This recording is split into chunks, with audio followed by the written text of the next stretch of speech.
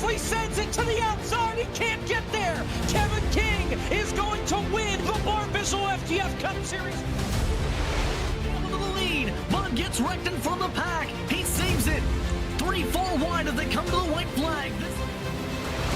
Here comes Vargas down on the apron. They are 5 wide. Ian Plash will win it at the line.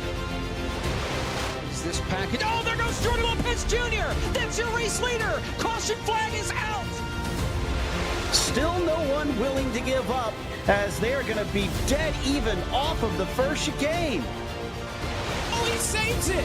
What's going to happen here? Here comes the canvas. Get your front gear. He's got it. He's got it. Get there. No. This is going to win.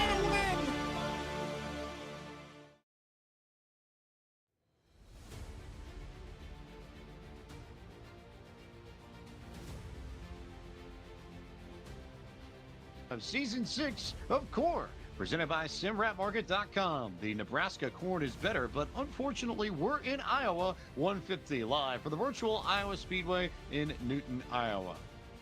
Shane Spike alongside Cisco Escaramuza as we bring you a Thanksgiving themed, I guess, version of Core. We're all in different places and different spaces, but this Iowa track is still the same, Cisco. Its total race is honestly much shorter than the 7/8 of a mile that it is officially listed as, and I figure we're going to see some chrome horns and some bumpers used today at minimum.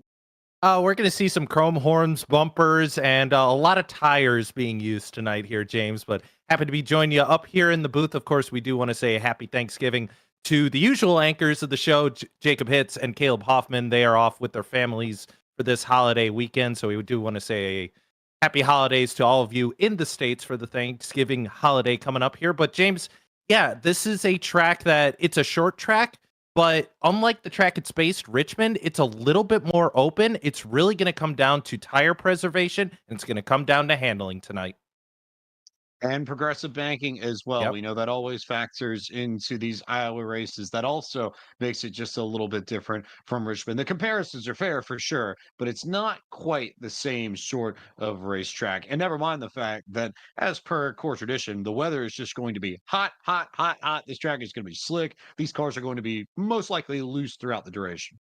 Yeah, it is scalding out there. Well, it's only a partly cloudy 67 today. Track's at a 75, so thank goodness it's not like a million degrees, but nonetheless, a somewhat warm day here in Newton, Iowa. As you take a look at the weather down there, wind slowing down a little bit. Luckily, no humidity, so it's not a sticky hot. It's more of just kind of a windswept hot today here, James. And it will get warmer as per core tradition. These races always start in the morning and we progress towards noon. So the track's only going to get more and more and more treacherous as we progress. Let's go through the starting grid for our first race. First of 2 races in our double headers as per core tradition, as per the usual here. It is Mr. Aero HD. How about it? With the fast time. Getting ready to roll off from the top of the grid. Keaton Kusin, Harry Tiller will roll off from the second spot. Next row, Joey Stone will start third. Ryan Vargas rolls off from fourth. Jonathan Cadell and Corey Vervinkt complete row number 3. Rusty Wallace rolls off from 7th. Milad Radman, new to core, starts 8th. Fly Guy and Cosman, who does in fact own a shoe, round out the top 10 on the grid. And then 11th, it's going to be Case Collenbach. Drive-through going to be starting in 12th. David Schildhouse going to start 13th with Gabe Wood to his outside in 14th. Justin Malillo going to be 15th. Cody Hickens 16th. Wes Graham and DCB row 9 there. And then row 10 is going to be Briar LaPrade and Michael Cozy Jr., Sean Butler, Michael Frisch, Goen, and Garrett Smithley round out your 24-car field here as we get set for heat number 1 here at Iowa. 24 cars to take the start here. There's your grid for race number 1. 75 laps here, just over 65 miles, just over 100 kilometers as well. So lots of fun to be had here. Also worth noting, tanks for fuel have been set at 65% this evening. Your fuel window, your max is approximately 44 laps. So these drivers are going to have to pit at least once during the race for fuel. We just don't know when. You do have one faster pair in the bucket. You got as many tires as you need. So you can go race these things, but you have to be ready and you have to be prepared, especially if we go green and we get a long stretch where you're going to have to come down pit road at some stage. Yeah, one person who was not ready was Aerotech himself. Keenan did drop to the back here. James, of course, starting grid set reverse of point standings. So because Aero didn't run week one, he's in the back, or he was going to start on pole. He's in the back now. But Harry Tiller, Joey Stone, some of your drivers here did not race week one. That's why they're starting up front here. So it'll be Joey Stone and Harry Tiller that will lead us to green flag racing as we take off from Iowa Speedway. Round 2 of season 6 of Core is underway, and immediately Tiller does a nice job to make his way in front. Up there they go. Up, yellow flag already. Yeah, huge pileup. We caught it just in the corner of the camera. Jonathan Cadell over once. And, well, I didn't think they were going to wait this early. Unfortunately, it looks like some of the drivers maybe got some hot lap practice, maybe not as much pack practice as they were ready for here, James. And turn 1 always ends up being the trouble spot here. Is there's contact back in the field. I couldn't tell who sent Cadell around, but he did end up on his lid and over and then some. Nice barrel roll over the rear of Brian LaPrad's car. I think that might have been missed in all that he managed to miss the rear, and the whole front nose of his 69 machine just jumped right over the back of LaPrad's car. But turn 1, I think we're going to talk about a lot because you see so many drivers dive into corner entry deep and go deeper than they probably should. Well, and you end up in trouble more often than not.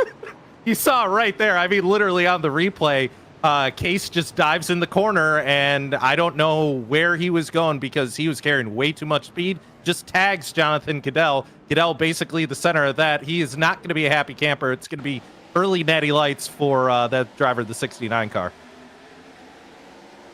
Early natty lights. Here. We really are on Thanksgiving time at this point. Oh yeah, that James. I'm not amazing at oval. There it is. There's the shot. Great shot there by our producer Zach Johnson. But yeah, unfortunately, you were never gonna make the corner, Case. So he's gonna be in the back here, and we'll try it all again here once they get doubled back up here for the restart. So the field will get sorted out. Harry Tiller is going to lead us to proceedings and going to have a lot of fun keeping an eye on how this will all proceed, how nutty this could be or not be when we get back to.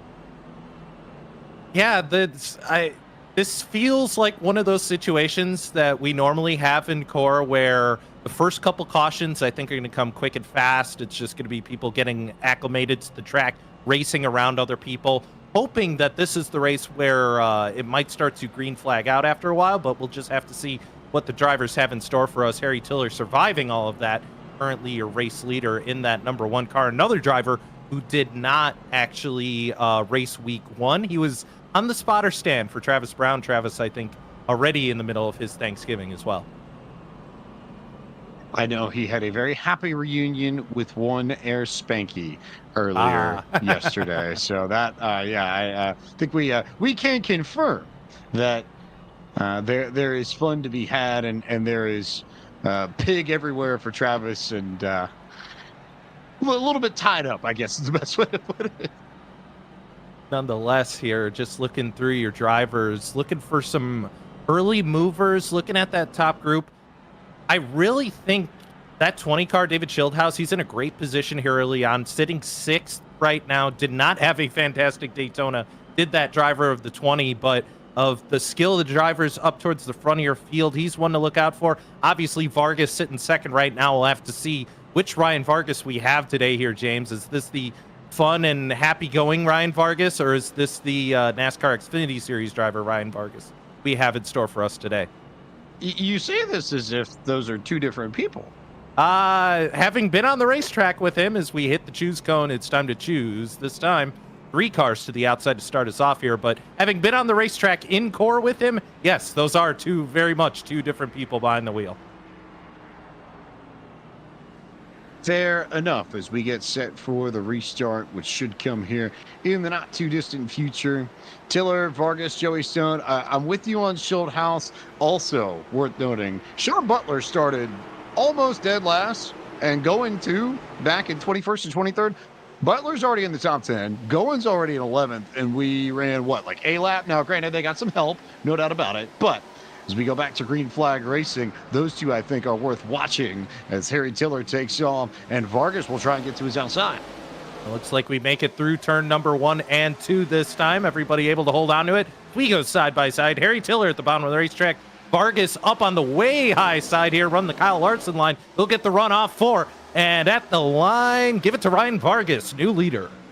How about Ryan Vargas, who is a self-professed lover of this racetrack? There are a few places that he enjoys racing at, I think virtually or in real life more than Iowa Speedway. Made his first Xfinity start here, I believe, back in 2019, if my memory serves me correctly. So a lot of fond memories at this place. And I have a hunch that even though this is Thanksgiving week, this is a race and this is a week that he had circled on the core calendar as one that he absolutely wanted to show up and show out for. Yeah, I think he wanted to be here even if the holiday weekend was looming. As Milad Radman, you saw in the corner of the shot there, gets past for second place there, that 10 car, but Harry Tiller's not done with him. Harry down on the inside trying to make that work. Meanwhile, here comes Schildhouse. He'll get the run out of 4 right to the back bumper. Harry Tiller's, they head back to 1. David Schildhouse to the outside of Tiller. Joey Stone just sort of hiding there a little bit further back of these two as Schildhouse gets a great run up top. Another driver that's got tons of experience and a lot of leagues across the sim, and to the outside he goes. Big run trying to use that progressive banking. The first time that we've seen that so far in this race, but again, you've got more banking up top than you do down low, and you can get that run up high and carry momentum on corner exit to take the spot the same way Schildhouse just did. Yeah, absolutely. So we got a great shot there. Look from Sloppy Joe, Joey Stone there. Meanwhile, we got a 5-car battle here. Cars all over the place. That's in the band 1 car. That's Corey Vervinkt up on the top side. Then on the bottom, that's Sean Butler. You mentioned him. Sean's on the move so far, already flying up through the field, looking for 6th as he's going to dive to the inside of Corey. Corey going to wash up a little bit. Justin Malillo shooting the gap here, trying to make it 3. Don't do it, Justin. He's going to go to the bottom side. Fun battling here all the way further back. Also TCB in the mix too, trying to run that top lane and trying to shuffle around as everybody continues to fight for position. Butler with the big move there to clear them all. Vervinkt trying to work his way to the outside of Malillo. TCB trying to run that top line, and Cosman's also in the mix too. Nice little battle here right around 10. Yeah, unfortunately, they're going to kind of be stuck in an air bubble here. I don't think they're going to be able to get away from each other just because of this battling. As you see, looked like maybe Joey Stone a little bit up the racetrack in front of these guys. But yeah, now TCB going to dive right behind Malillo, try and follow that 53 through the line here. Not really going to work there, though. He'll wash up in the middle of the corner, and side by side continuing, Corey going backwards. And I will say that 12 car holding a pretty line on the outside doesn't have a lot of speed right now as Corey. I think he's hoping those tires age a little bit better than the guys down on the inside. Justin Malillo almost ended up in trouble himself too. He was very sideways on corner exit last time by. That was nearly very, very tricky for him as he continues to fight. Now Butler's well clear of this madness, it feels like, as they just continue to fight. And TCB now dropping to the inside. I wonder if he might be searching for grip. Looks like he's not afraid to try and run a few different lanes, and I suspect he may be figuring out something, especially for later on in the race, just trying to build a notebook, figure out where that 25 works best. Yeah, I think he is, and you're seeing a little bit of battling behind him as well. Also, just a note, David Schildhouse got past Milad Radman, meanwhile, for second place, but we'll stay with the battle back here with Cosman leading Corey Vervinkt now. Corey falling back to the 10th position, and just behind him on the inside, that's Wes the Mess 88. Wes Graham down to the inside trying to make it work. He will make it stick. Head back into turn number 1. You got the 4, Garrett Smithley. As we ride on board with Corey here, take a look out the rear of the 12. There he is on camera. Hello, Corey. How we doing here on this fine Wednesday evening? Giving a high five. Oh, they're going 3 wide. How about that at Iowa? Maybe not the best choice there, James. Oh, there it goes. Oh, yep. Okay. Yep. Unfortunately, that ain't gonna work there, bud. yeah. You're right about that. Trouble there. I think it was could have been Michael P. Frisch. I thought it was Frisch that ended up way in the back of all this, but Trouble for him. Yellow flag comes out for the second time. You could potentially pit here if you wanted, but I'm not sure if that does you any good. It depends on how much you've been run that bottom was. We'll take a look at the replay here. Yeah, Corey holding that line. Not really a low. Oh, he bounced it off the wall. I think tried to get away from the wall. Wasn't able to catch the car in time and just tags Frisch. So unfortunately, Corey looking at the camera instead of looking at the racetrack might have caused that one. So we'll send apologies to the 58 on behalf of the 12 car. And yeah, you can see coming out of turn 4, they make a little bit of contact. And Corey with that little bit of a wiggle comes down and around goes the 58. Caution number 2 out on the racetrack.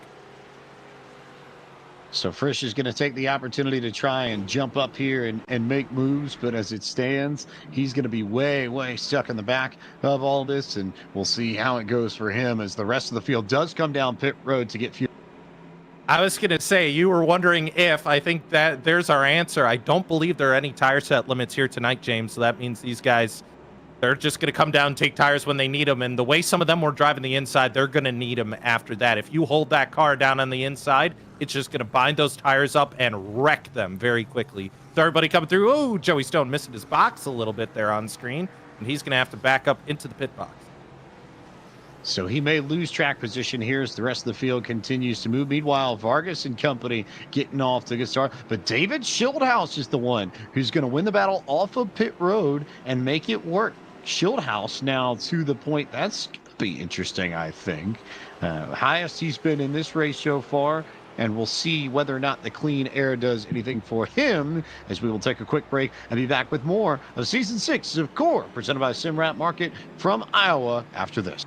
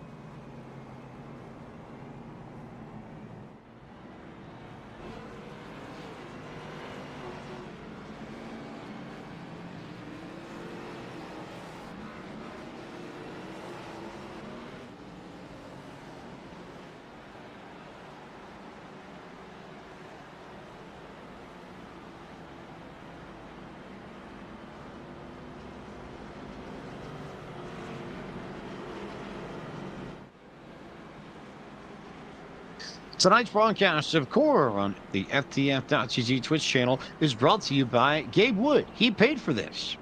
By Brayton Laster. He rocks. By Soundhead Entertainment. By Eric Messer Photography, official photographer of Core and Bowman Gray Stadium. By Shrimp Hub. By thebencrazy.com. And by Sim Rat Market. Welcome back here to Iowa for lots of action in Season 6 of Core. It's the Nebraska Corn is Better, but unfortunately, we're in Iowa 150, live for the virtual Iowa Speedway. Second round of Core action in 2023 in Season 6. James Pike, Cisco Scaramuza here to bring you all the action as we get set for a restart that will come not too far into proceedings, but we'll have plenty of racing left our way and lots of fun that we'll have to tackle as the field pulls off. We get set for the restart to come on lap 23. They take off, and David there goes TCB. Well, okay, so TCB decides to wreck, and we'll stay green otherwise as they're 4 wide a little bit further back. Yeah, that did not work. We'll get a camera on that when we can, but there's cars all over the place. They're 3 wide. Sorry to jump on your toes there, James. But I was not expecting to see his car spun off to the inside on the restart. They all survived, though. And 3 wide. Oh, yep, there goes another one. Can't tell who that is. The 82. Case Cullen back. Yeah. Yep. Case ends up sideways. Vargas has got the lead from Shieldhouse. Shieldhouse trying to fight back up top. And Harry Tiller's just consistently been there, top 3. One of the better runs we've seen from Tiller in a long time as you see the progressive banking in play at Iowa immediately. 3 wide for the lead, and Shieldhouse just about lost it off of turn 4. I don't think those tires are as warm as he thought they were, James. Unfortunately, yeah, you do want your tires a little bit warm. Obviously not hot. But unfortunately, David not able to hold on to the car as right on his bumper out of 2 was Sean Butler. Sean going to dive into the inside now as we look on board from just Malillo, that 53 car. Look at Justin. Look at how much he's moving that steering wheel, James. He's out of control. He's in control. Gen 4 at Iowa. This is full horsepower, baby. Yeah, no, but this is what you see with this car. There's so much horsepower, and it's so easy to throttle up too early and light up the rears and spin yourself out on quarter exit. We've already seen that a few times in this race, and we're not even maybe more than just a hair over a third of the way through it. So this is par for the course, and you do sort of have to muscle these things around here. I don't think Justin's any sort of anomaly. I think you look at the onboards of the rest of the field, it would look pretty similar. Yeah, as Malad Redman dives to the inside of Malillo, they're going to race side by side, going down the back into turn number 3, and 2 by 2 we go. And meanwhile, up for the lead, you can see it right in the corner there. Harry Tiller trying to take it to Ryan Vargas. I don't think Tiller's going to have a whole lot for him there, though. We head back into that progressive banking once again, turn number 1, and you can see Vargas just not riding the inside, and I think that's overall going to just help him rocket off the corner a little bit more. And more crucially, James, save those tires. You need to save those tires. So is running the bottom the answer, or is running the top the answer? That, to me, I think is the big question, and I'm not sure what the answer is, to be honest. I think you could go a lot of ways with it, but Vargas still in control of this, then Tiller, then Shieldhouse, then Butler, and Malillo, the rest of your top 5. I gotta think, James, that you're gonna want to run from the top to the bottom, try and run a little bit more of a normal oval line here, just so you're not binding up the car completely on the inside. And I think we're gonna see that a little bit with that 1X car's tires here as we head back to 1 and 2. I'm curious to see if Harry's gonna be able to stay with Vargas running this complete bottom line, or if he's gonna lose a little bit of time as the run goes on. We'll have to take a look and see how that goes. And meanwhile, still battling for third right behind these guys. Continuing to fight here, continuing to press for position in some way, shape, or form. Sean Butler here working to the inside of Shieldhouse as David continues to fall. Also worth noting, Brian LaPrade took 2 tires on that stop. He's the only driver in the field that went for 2 instead of 4. So he's been able to maintain a spot in the top 10 for now, but we're just waiting on it here as he fights the Woolwich Wanderers machine of Malad Radman. Are you are we starting Premier League fights already? Is that what this is? I said what I said. I said what I said. Okay. Well, I'm sure you and Corey would agree as we're side by side for the lead. Oh, by the way, Harry Tiller still working the inside. Unfortunately, again, just doesn't have the run off the corner. But nonetheless, he's going to fall back into the clutches now of an approaching David Shieldhouse, who's just been kind of riding and seeing what these guys are up to. David now going to shoot to the outside, maybe try and make it happen and stay out of the wall, David, while you're at it.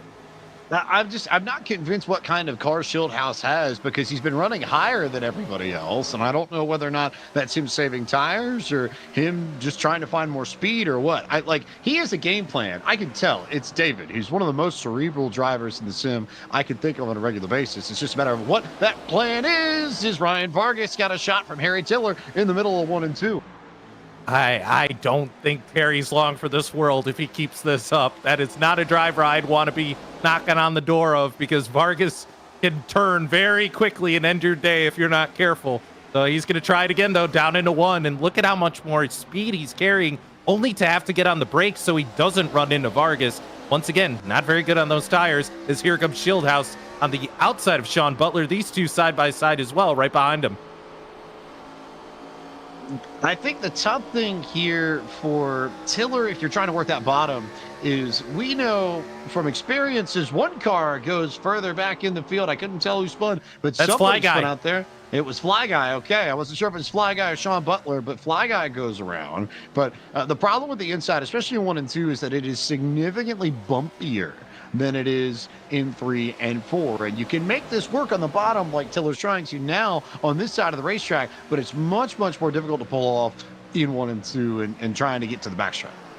Yeah, he is. And oh boy, they're starting to get close up front. Tiller's starting to wash up a little bit out from that bottom as the tire's starting to age. He might be in trouble here as a little bit slideways goes Sean Butler out of the corner. We'll ride on board with that number 1 car, and you can see kind of just sitting on the corner of Vargas. He's almost having to push Vargas up the racetrack so that Vargas knows he doesn't get turned.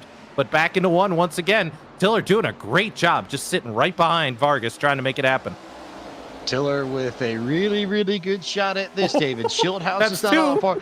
And Sean Butler, again, how often do we see this driver in the 87s, in the Gen 4s, in the high horsepower cars? When these cars require the most driving ability, Sean finds his way to the front consistently. I'm not shocked at all that we're seeing him up near the front yet again so far. And all that battling in your top 4 starting to bring Melillo and LaPrade into the mix. LaPrade, remember, he is on 2 tires. The one of only 2 people in kind of in the front 20 or so that even tried it. Jonathan Goodell, the 4.8. I don't think he even took tires, James. I think he just took fuel only. But these two going to go side by side here now for 5th. Good battle between these two. LaPrade has it. Cadell wants it. I couldn't tell if Cadell got on the brakes and maybe loosened himself up as he tried to avoid running into the back of LaPrade. But as it stands, the Manchester, Tennessee native and that Ledford Billiard Supply number 19 still in front of this. And I also maintain that there's probably an alternate universe where Breyer and Cameron Ledford are actually cousins. They look so alike. I kid you not. Oh, he turned him. Oh, David got into the back of Tiller. Tiller going to hold on to it. Caution flag going to fly.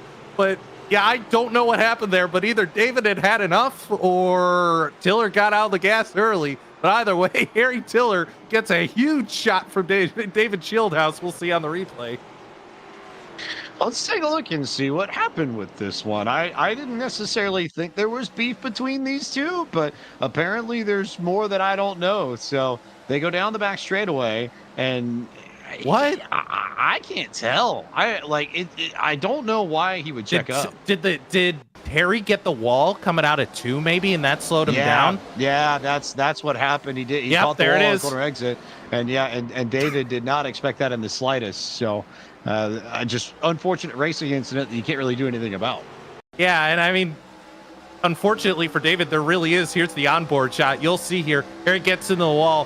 Where's he going to go? He's got Butler to his inside. There's nowhere to go. Unfortunately, Harry put himself in a situation where it's not really a whole lot he could have done to not get hit. There wasn't a lot David could do to not hit him. And just like that, he'll have to come down pit road to the service and to the attention of his crew to try and get that, he's get the rear bumper figured out. The right side's all probably scratched up. That's going to be a long day at the office. Hey, if anyone needs a Gen 4 car on loan, I think Harry Tiller might be able to cut you a deal. I almost am more worried about the nose damage that we see here on Shieldhouse's machine. I think that might be the more telling thing. You wonder, especially with the high RPMs that we run here at Iowa, whether or not you have to worry about overheating, you have to worry about engine damage for David Shieldhouse, and then there's the whole aero part of it as well. So did that No, hurt he's David 16th. more He's so 16th, than James. fair? You don't have to fair. worry about him. He's 16th. Wah, wah. Well, That's, still worth checking at least. Still right? worth You know? checking. Hey, I have an idea, by the way. Do you want to dial up Harry, see if we can hear it from the horse's mouth? What happened? I like that idea. Go for it. I won't stop you. Let's see if we can find him. There he is in the VC for Harry, Travis, and I. And we're gonna dial him up here. Pull him in. Harry Tiller, it's Cisco and James up in the booth. You got a copy? Yeah. What? Looks like you got a piece of the wall there coming out of the corner. What happened? Yeah, I just ran out of talent. And then the wall physics, they screwed me. How much damage you have? Is it all fixed up, or how are we doing? 2.5 minutes, I'm gonna take it all. I'm not gonna take the faster yet, but yeah, that was some good racing. I enjoyed that. Just lost my head a little bit. It happens.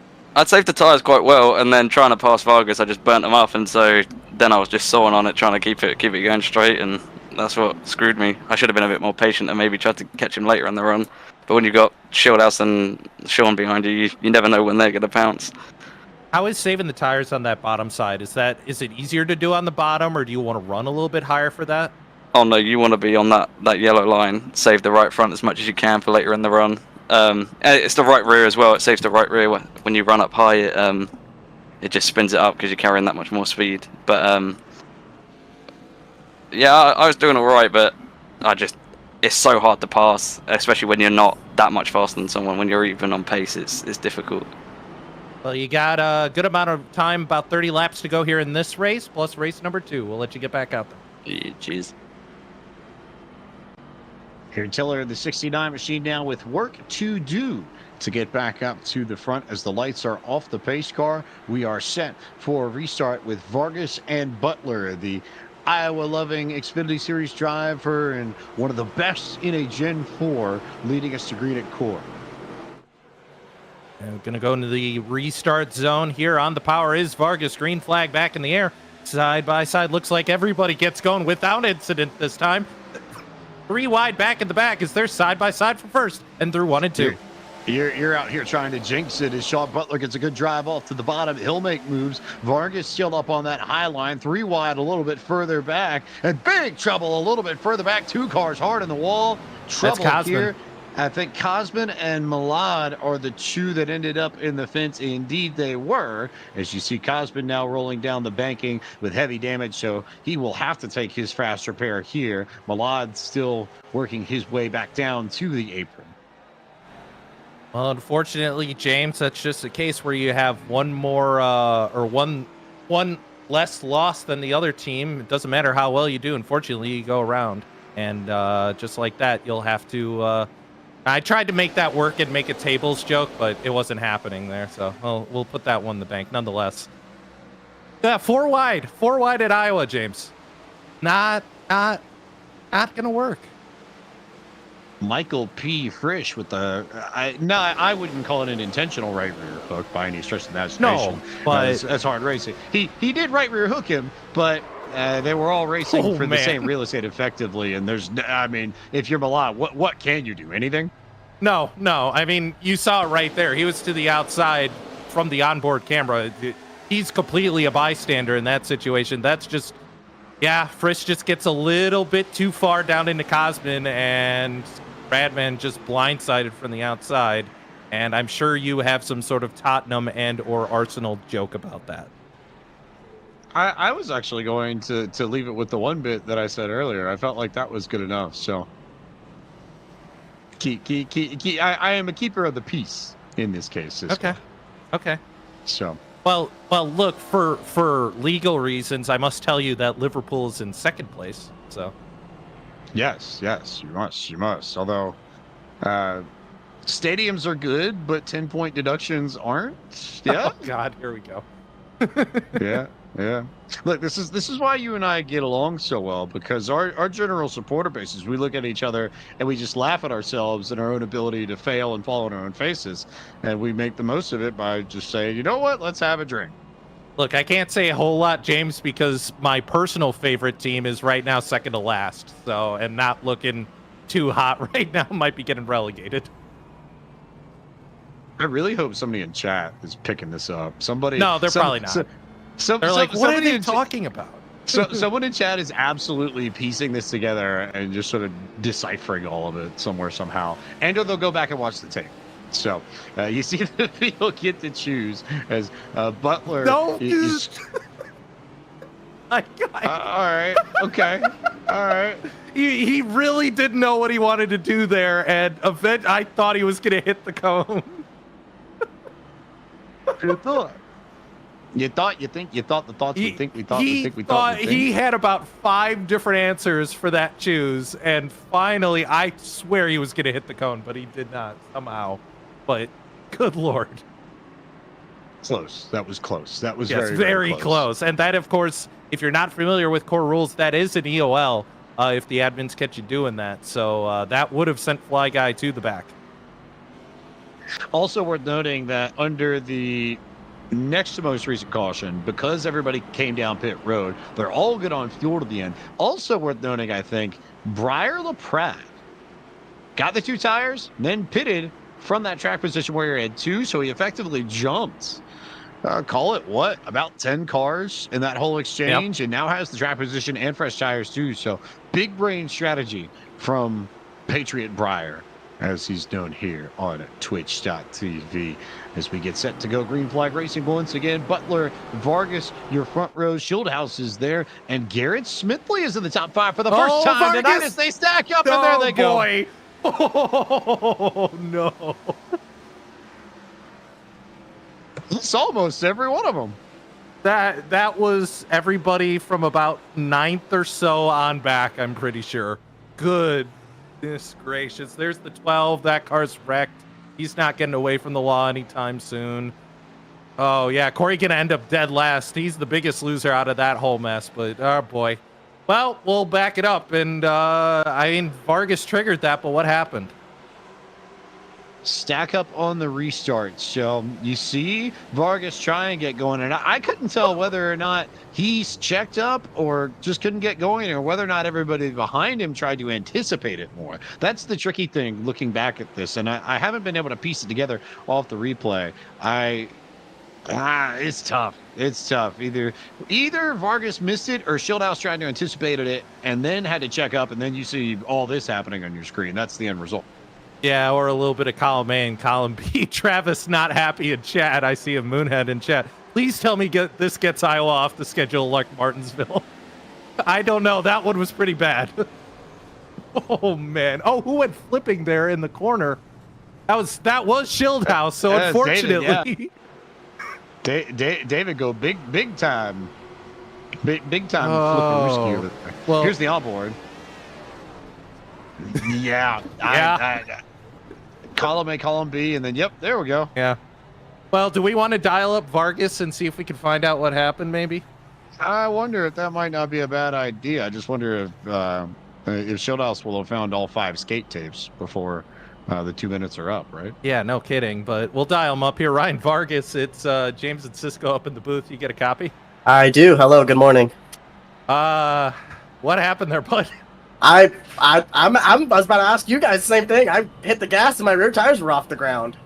Okay, so all right, because we were a little bit of column A, column B. So did you get any spin, or were you just immediately skating? No, I was immediately up in the air. Okay. Like, before I even had a chance to get to the throttle, my rear tires were up in the air. All right, so well, that's the 26th story. We may have to dial up the 20 here, Ryan. How much damage was it? You going to be able to get back out there? Oh, I mean, I'll be fine. I'm in 4th. I didn't have to pit. That was a very weird situation. But it is what it is. Critical path security. Gen 4 car looked really good up front. It's still up front technically. We'll just hopefully choose the right lane here and hopefully not have any other mistakes around us like that, and maybe sneak ourselves a win. Rajo, Ryan, well, good luck the rest of the way here. I appreciate it. Thank you. So that's the 26's story, James. What do we think? I think the only thing we can do is get the other side of this story and bring in the other driver that was involved in this. So, David Schildhouse, welcome to the booth. A, B, what happened? I don't know, James. I'm more pissed off about the torpedo from the UK after the fact. I was going to be fine. I really didn't need to use a quick repair. I don't think I had that much damage. And then Harry was just a ICBM coming across the ocean and flipped me. So that kind of annoys me. As James was asking, did you have your special combo up all the way? Were you able to hit your special move while you landed it, or? No, I'm not on my fight pad tonight, Cisco, so I wasn't able to do it. Unfortunately, I haven't been training. I'm not really in tournament mode right now, you know. How were they able to get how much of the car is junked and how much is left for you? They managed to strip away all the damaged parts and put together a whole new race car in the blink of an eye. It's really incredible stuff. Okay, so 2001 All-Star race we're talking. Got it. Yeah. It's a whole new ball game, I guess. I don't know. We had some really good racing up front. I hate that Harry got wall glued, which what kicked off the wreck between the two of us initially, because we were having some great racing. Now I just got a ton of race cars in front of me, and I'm probably just gonna have to do some crazy stuff to get back up front. Well, 20 laps to go. It's core. Things happen. We'll see how we do the rest of this, and good luck here. Good luck in race 2. Thanks. So David Schildhouse tells his side of the tale, and work to do, I think, for what channel both you he going, David? and everybody. I'm in need VC perms in a private room or something. Got it. There we go. We got it. He made it. All right, cool. Yeah, we got him. We got him. We are somewhat competent, but not actually 100% competent, but just competent enough to make it work, right? Yeah, we made it work. Is the base truck gonna dive in this time, and the field gonna be in control with Sean Butler into the restart zone. He gonna check him up. He wants another accident. Green flag back in the air. Well, they tried to wreck a little bit further back. They tried as best they could, but then they all got at least double file. TCB shooting a gap through the middle there, trying to go 3 wide as Butler, the Pratt, pretty much everybody here in the top 5 still door to door. You like a little bit of 3 wide there with Cosman. It looks like Milad Radman, and then on the outside looks like Gabe Wood in that Teal 04 car. They're gonna get it double file at least as we ride on board with Cosman beaming us video all the way from across the pond, and so far decent run going for the 84. Yeah, Cosman had that unlucky run in with Michael P. Frisch where he got turned, but he's rebounded nicely. Currently in a top 10 spot as Milad got the wall with somebody. I think Gabe Wood was the other car who was outside, but those two make contact. So Cosman will get a little bit more track position as everybody else behind tries to regroup. Everybody able to hold on to it for the most part. Is a little bit of fighting up towards the front of your field as well. Looks like Vargas, Cozy, and now Breyer and Sean going at it for the lead here down into turn number 1. No, they are actually going to settle it out this time. They were side by side off 2, but Breyer going to take the lead. We head out of 4. Because Sean got loose on the exit of turn 2, and Breyer was able to roll momentum on the top side as the yellow flag is out again. Cosman's in trouble, as is Joey Stone. Those two in the fence on the front straightaway. Yellow flag out again. Somewhere I hear Drew Adamson punching a wall because we were right around Cosman, and then I moved Zach up to the front of the field right as Cosman wrecked. So somewhere Drew's maniacally laughing about, haha, I'm right all the time. But did you go to the 22, though? Go to the 22. Go to the 22. When in doubt, always go to the 22. So those two end up at the fence. Let's take a look at the replay, see what happens. This was yet again another battle pack. Harry Tiller just there to the outside. Somehow, yeah, I think Tiller, I think, turned Joey down into Cosman is the easiest way to explain that. But it all looks like a byproduct of hard racing. I think they needed another lane there, James, ultimately. They come out of 4. They all wash up the track, and, well, there's a wall there, guys.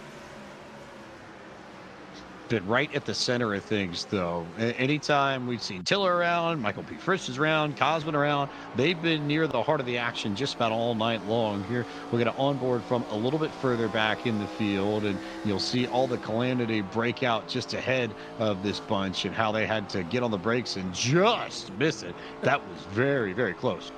That was Arrow on board there, and the Master Chief Cam, and he's got a slightly crunched right rear. Yeah, that car does not look quite as healthy as I thought it would be. If I was up in the tower for him this week, I tell him to try and get that all fixed. And I think he's had a longer day. He might have gotten caught up in that huge pileup and might be just trying to get this car, as much of it repaired as possible, saving his fast repair. Or he might have used it already. I don't know. To my knowledge, I don't think he has. I'm not certain yet. We'll have to. He thinks we're wrecking again. That's what that means, is he thinks we're wrecking again, so he's not using it yet. So that's where Arrow thinks we are in the race. So, and we still have about 10 laps, and who knows, maybe a little bit more if we end up with some form of green, white checker finish. I certainly you don't said think it. we can rule it I out, didn't but- say it. I didn't say it, chat. It wasn't me. I didn't say it. You said it. You're not supposed to say those 3 words. I didn't say it. It wasn't me. Don't blame Green, white me. checker, green, white checker, green, white checker, rain, rain, rain, green race cars, peanuts on the floorboards.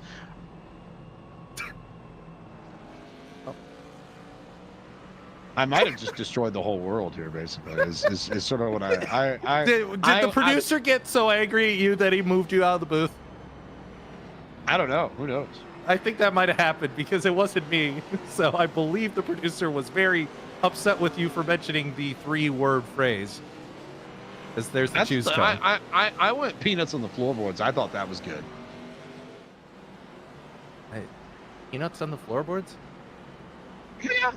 You ever heard that story? I think that actually is a Bowman Gray original, to be honest. Where well, that would some be guy, right? I know, but some guy was racing I think a modified or a strictly stock back in the mid '50s, and he wrecked, hit the fence. Unfortunately, passed away. But when they got to the car, they found a whole bunch of like peanut shells on the floorboards, like he'd been eating peanuts before he went to go out and race. So now peanuts are like just completely bad luck. In the same way that people believe that green stock cars are bad luck too. Well, you say that, but there is a green stock car leading this race right now, so I don't know how much. Plus, I used to drive a green stock car, so hey, you know what? Green's okay with me. Just saying. You're a blue guy. Stop with this. It was before I met you, all right? Right, all right, fine. Fair enough. Fair enough.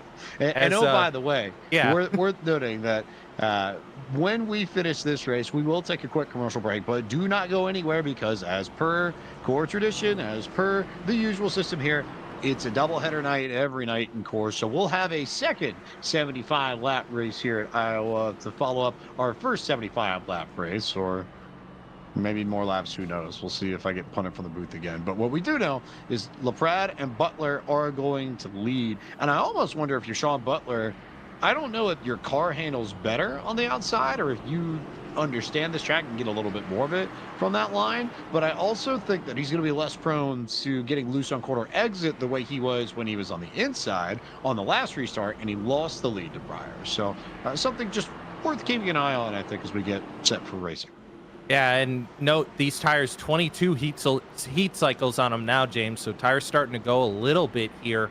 So unfortunately, if you're in the position Sean is, you don't really get to choose what lane you're going to be in apart from the choose cone. After this, from here on out, if you've picked the high side, you're probably going to be stuck up there unless it goes single file. So we'll see what happens here with 10 to go at the line.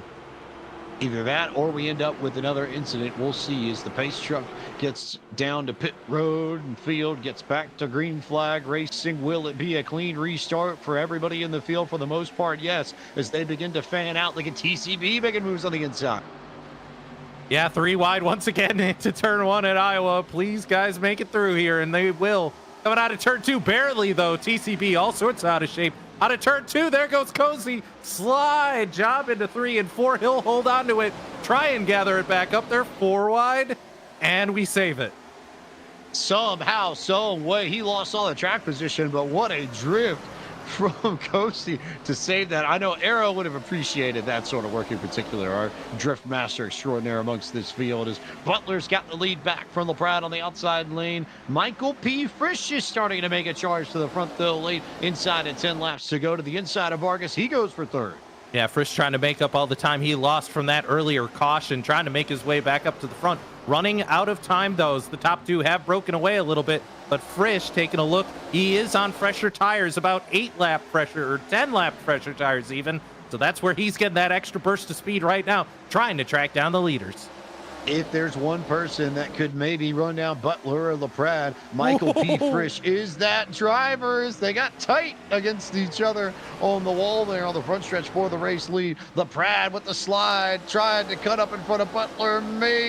He almost got there and then couldn't. So Butler gets back to the high line. LaPrade's going to send it in deep and try and slide up in front of Sean yet again. And again, Sean will keep the quarter panel on a fender off of Brian LaPrade's right rear, and they will continue to go door to door. Yeah, dead heat at the line. Take your pick who led the lap there. As they come through 1 and 2 once again, you can see Breyer's trying to wash up and get all the speed off the corner he can. Meanwhile, Sean on the outside trying to pitch him down, stop him from doing it. As they'll swap here, Breyer going to dive it way into 3 and 4. And just like that, now Sean's on the inside with Breyer on the outside at the line. Give it to Sean. So Sean's there. I wonder if he may be more comfortable on the bottom, but I'm also not convinced that the bottom is the faster way around this racetrack. And I wonder how much Butler will come to regret that decision or not, because LaPrade just about cleared him there on corner exit and may well make the clearance outright here off of turn 4. He goes and drives it off the right rear of Brian LaPrade to the point with 5 laps to go. Yeah, Frisch trying to make up to the lead here. Unfortunately, he's in his own battle. You see it there on your screen with Ryan Vargas. Unfortunately, he can't shake Vargas, so that means he can't get up to the front. I don't think Frisch is going to have enough time, but he will finally clear Vargas as we come to 3 to go at the line. If these two at the front manage to get into something, and or if we have a wreck a little bit further back, I see there's a big group right around Harry Tiller trying to fight for positions. If we get a yellow here before the white, we certainly have the opportunity for some fun, as they are properly sideways here center of the corner. Brian LaPrade is crab walking through 1 and 2, 3 and 4, everywhere just about. Now he'll go up to the high line to try and preserve tires. Yeah, a little bit of side-by-side back here. This is Cozy, Garrett Smithley, and Gary Owen, as well as throw David Schildhouse trying to make up all the spots he lost in the middle of this as the top 4 have single filed out. You can see Cozy diving to the inside once again. Not sure how much is left of those tires on the 99 after he went for the Von Gittin Jr. Special in a 1. Was able to hold on to it, though. Now Gary Owen to the inside. Owen there, white flag out here for Brian LaPrade. The front 4 have stretched out. They are separated by about 0.8 of a second, and not much action between them. A little bit further back, 3 wide for position right around Cozy and company.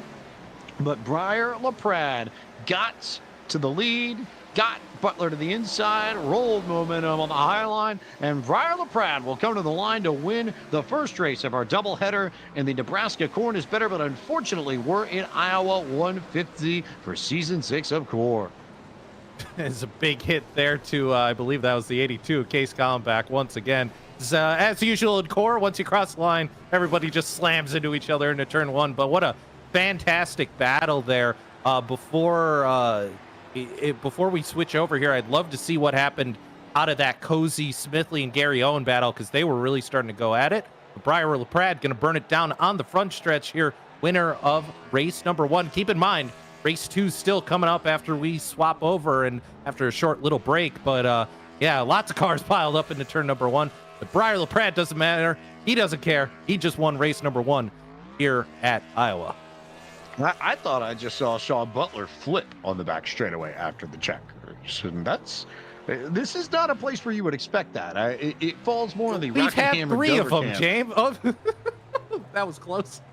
All right, we're doing that basically.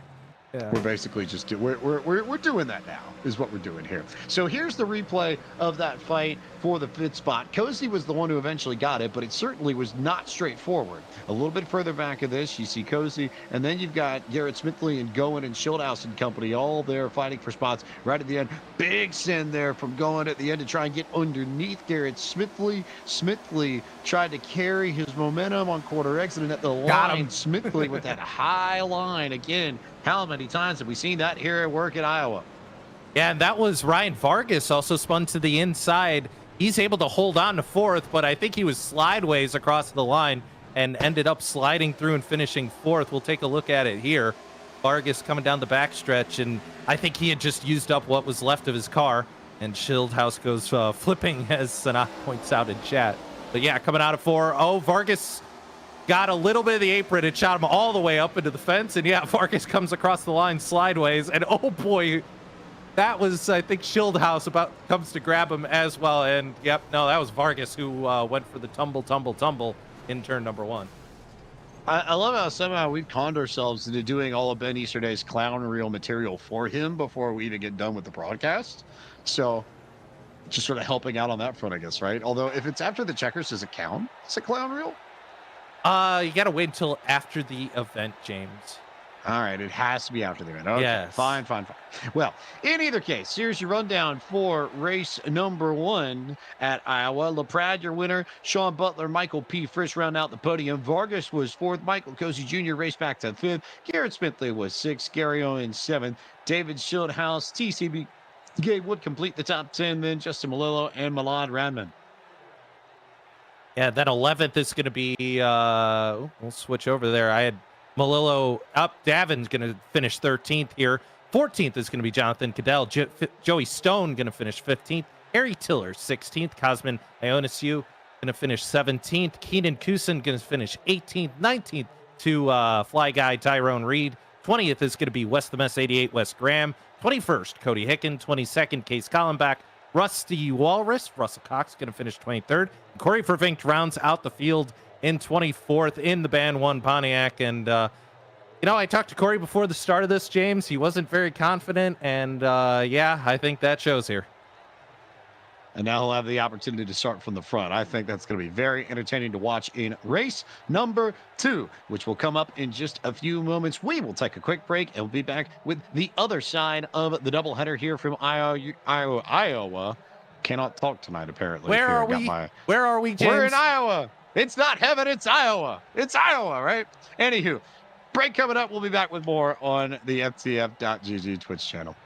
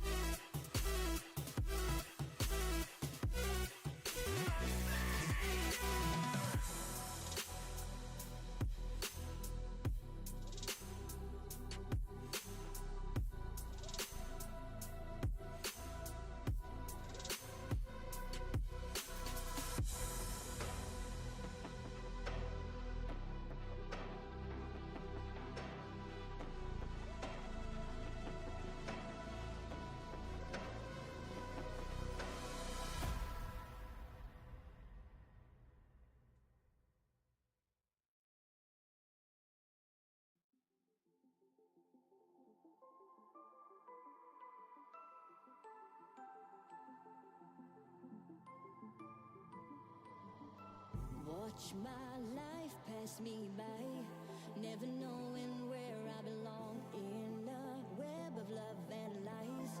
As you string me along, and I can't breathe, I can't see. I'm losing sight of everything. I feel the walls closing in, closing in. I'm falling apart. Oh, I just wanna be free. I just wanna be free. Think I'm falling apart. Oh, I just wanna be free, free.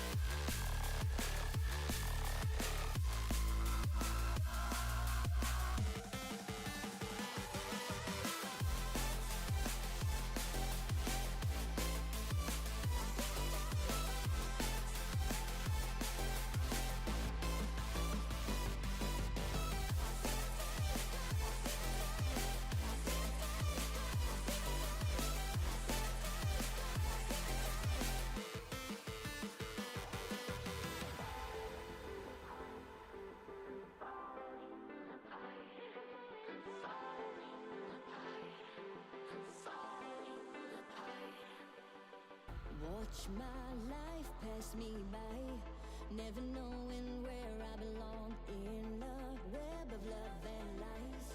As you string me along, and I can't breathe, I can't see. I'm losing sight of everything. I feel the walls closing in, closing in. I feel the falling apart. I feel the falling apart.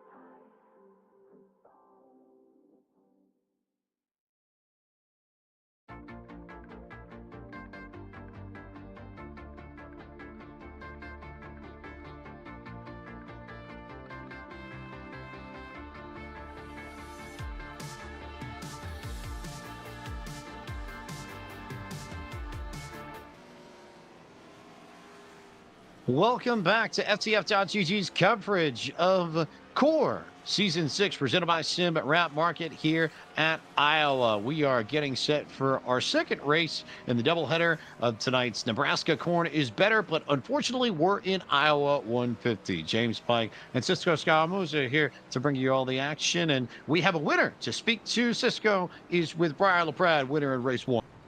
Yeah, caught up with the number 19 of Briar LaPrade. Briar, we're able to pull it off in race number 1. How'd you do it there, bud? We went fast and turned left. It was pretty fun. Doing last season's race here at Iowa definitely helped. I think I have a little bit more of an understanding on how to drive the car. Also, we have a Ledford Billiard Supply t-shirt. I don't know if my webcam's on stream or not, but I think it's a little bit of good luck from Cameron Ledford and the Ledford Billiard Supply gang over there in South Carolina. But yeah, had some fun. Kind of not really at the same time because I don't know what I did, but I was going to South Carolina today. Going actually to Ledford Billiard Supply to talk to Cameron. And something in my back was just feeling tight all day. And then I went to change before the race, and something went crazy in my back, and I'm like locked up, and it feels like a Charlie horse in the middle of my back. So it's not feeling great at all right now, but we're trying to get through it. Winning race number 1 was awesome, so hopefully we can do it again here and set ourselves up for a good rest of the core season. So your back's locked up, and you just won that race. So Yeah, man. All yeah, right. it's not feeling good, but we're making it work. Well, 10-4, bud. I will say good luck in race number 2. Last question, though. We are seeing you on camera. That is a very comfy looking t-shirt there. And can you talk a little bit about, you and Cam have been together for so long in the sim racing world. How's that relationship started? How's that flourished? It started actually with iRacing and Twitch a long time ago. I think it was 2018, maybe 2019. We had a connection just racing together.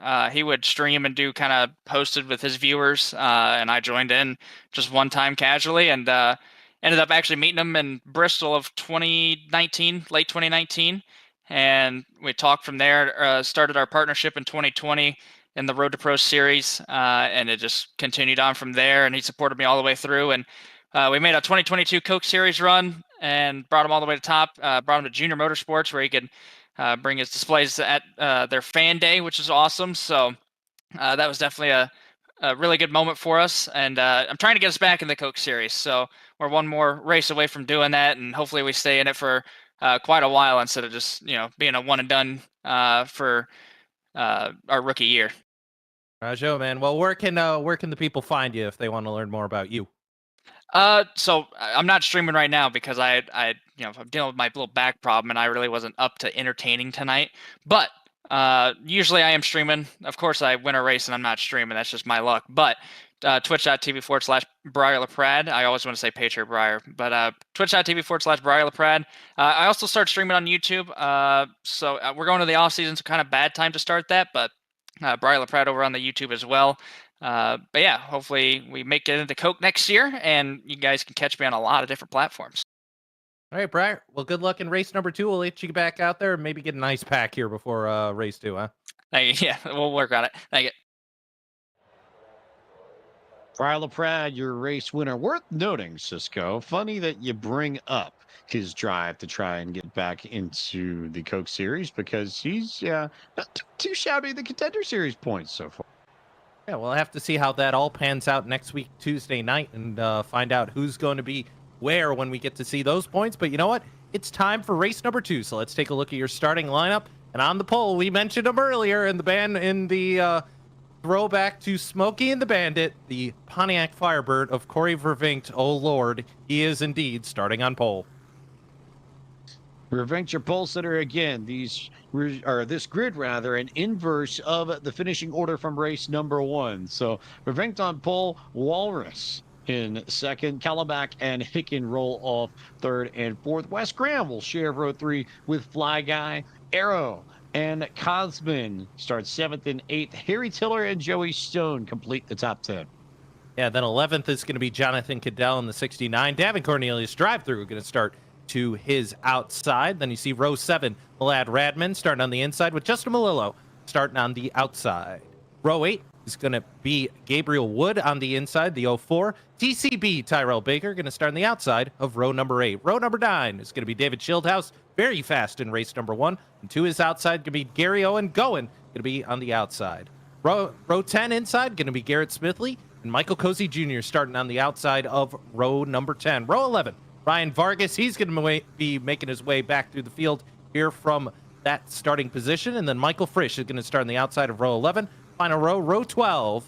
And that's going to be Sean Butler and Briar LaPrad makes out your 24 cars, all of them coming back for race number 2 here. Nobody missed the boat this week, James. Yeah, we had somebody, the parade they do that the viewers, you guys don't get to see, but all the haulers literally drive out of the racetrack and then drive right back in the racetrack. One of them didn't actually make it in last week, so this time everybody back for race 2. Not bad in the slightest. Also, congratulations to Arrow and Corey on winning this week's Eric Messer Photography Pole Awards for the driver lowest in points and the lowest finisher in the first race. Eric Messer Photography will award the driver with the most poles this season with their very own trophy for their hard work and dedication to the core. Courtesy of Eric Messer Photography, the official photographer of the Madhouse, Bowman Gray Stadium, and the Core League. So Corey will lead Core Season 6, Round 2, Race 2 to the green at Iowa. I was trying to go somewhere with You're that. You're proud of yourself, aren't you, for that one? You're very proud of yourself. There was promise. There was promise, and then it all faded away. Well, I do know... Just like my hopes and dreams. I do know I was talking to Arrow beforehand, and previously he had informed me that he was going to take the EOL. But it looks like he has braved up and has decided he's going to start 7th. He was terrified after race number 1. I'm curious to see what that 03 has got under his hood as we get the 1 to go signal here for race number 2.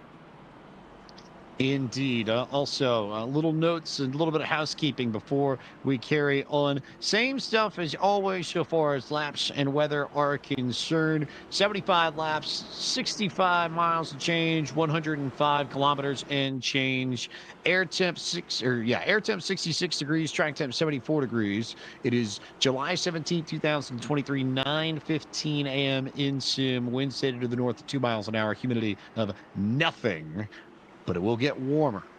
That's the key. That track temp, watch that number. That will go up. And again, gas tank set to 65% of their full capacity, so your fuel window is 44 laps. You'll have to pit once in the nightcap here for Core. Corey Vervinkt leads us to green flag racing. He and Rusty Walrus take off, and we are underway with the second half of the doubleheader here from Iowa. And we are back to action as they thunder through the banking in 1 and 2 in this opening lap of the second part of the Nebraska Corn is Better. But unfortunately, we're in Iowa 153 wide for the race lead. Cody Higgin to the bottom as Rusty checks up. Big wreck on the back straightaway. Fly guy, I think, in trouble. Yellow flag is out. Yeah, it's going to be the 58 of Michael Frisch you see on screen, the 99 of Michael Cozy Jr. Breyer was in that. I believe TCB as well. No, I think TCB might have gotten away. No, he was in that, as well as you mentioned, Fly Guy. We'll get a look. We saw that develop just out of turn number 2. Here's the replay. 3 wide once again at Iowa. That's always a fantastic idea. 04, yep. Unfortunately, Arrow got a little bit tight. TCB got into him, and then it was just a chain reaction from there. Frisch, Cozy, and Breyer all being involved. So, yeah, Arrow took the brave pill, and unfortunately got a little bit tight, and I don't think they were expecting that. Yeah, TCB, you see Tyrell here come up to the outside. Oh, yeah, I think Arrow just tried to catch the car. Unfortunately, there was a TCB in the way. Not the dream ride the dream machine wanted to have early on in this race. Plenty of time to make it up, but not the start that he would have liked, and tough for Arrow there too. That's byproduct of tough racing, and for a race that strung out a little bit in the opener of the doubleheader, where you went primarily 2 wide, maybe 3 wide at most. A lot of these drivers haven't had to deal with racing 4 or 5 wide all that much, so you end up with a little bit less experience, a little bit more trouble. And there's Brian LaPrade sat on pit road waiting for an opportunity at some stage to try and get back out there. Well, I'm not spotting for him, so I think that's where the issue was. But we will dial him up and see if we could talk to him. The driver of the 03 got a little bit tight off turn number 2. Did you there, Arrow? What happened? I don't know what happened. I drove the car, and all of a sudden I wouldn't turn it no more. Yeah, our line didn't go, or something happened. Tiller got a hell of a start, so I just said I'll hold the middle, and then I felt that the wheel didn't turn. So I don't know if I hit a bump or something and came up, or what. But I'm the moron. I'm unsarcastically, I am the moron here. So I'll just take responsibility for it, and we'll take a look after, I guess. Yeah, you got a little bit tight, and unfortunately, there was a TCB to your outside. But don't they make tractors? Am I racing? When's Kubota joining Core? You know, we had a gag plan for this whole show, and you're ruining it right now. Well, you should have did it sooner. I don't know what to tell you. No, he's thinking of the JCB, the list. That's what he's thinking of. Oh, we're going green like here. The cranes that get you all up in the air and stuff. That's what he's thinking of. Oh, yeah. Why don't you tell Mercedes all about that? All right, we're going green. Good luck, Aaron. I'll see you soon. Not a lot of confidence out of that 03 is they get doubled up. We get ready for the restart here. So let's try this again here. Rusty Walrus and Corey to lead us to green, and look at the jump from Harry Tiller all the way to the outside to try and make it 4 wide for the race lead. They'll go back to 3, but Tiller will roll the high line all the way to the front, door to door with Rusty Walrus for the race lead. Opening lap as Cosman catches the wall further back. Yeah, I think Cosman was so worried about not running over Corey, he put himself in the wall, and they managed to hold on to it. Yep, here we go again, 4 wide. This is totally going to work. No, it isn't. They'll hang on to it. They'll go 3 and 2 wide, so a little bit smarter here, but head back into turns 1 and 2 once again. 3 wide, car washing up. That shield house on the way extreme outside. They'll manage to hold on to it here. We've made it a lap and a half, and they haven't bent it. Rusty now on the charge. Back to the front as Tiller loses grip a little bit. He almost lost it. Corey steady. I saw Cosman check up and just about run Corey over in the middle of 1 and 2. As who is that with the elbows out? That's Joey Stone, who drove down into Cody Higgins just a little bit. They are a casual 3 and 4 wide down the back. There we go. As they wreck further back. Garrett Smithley around as we go not to yellow, but instead we stay green flag racing. It's a single car incident, so we'll keep on going. Rusty now in front by about half a second over Corey Verbrink. Yeah, it was just one car spun towards the back. They cleared it very quickly, so keep on going. Race control saying, so stay in green here. It looks like that did single file everything out a little bit here.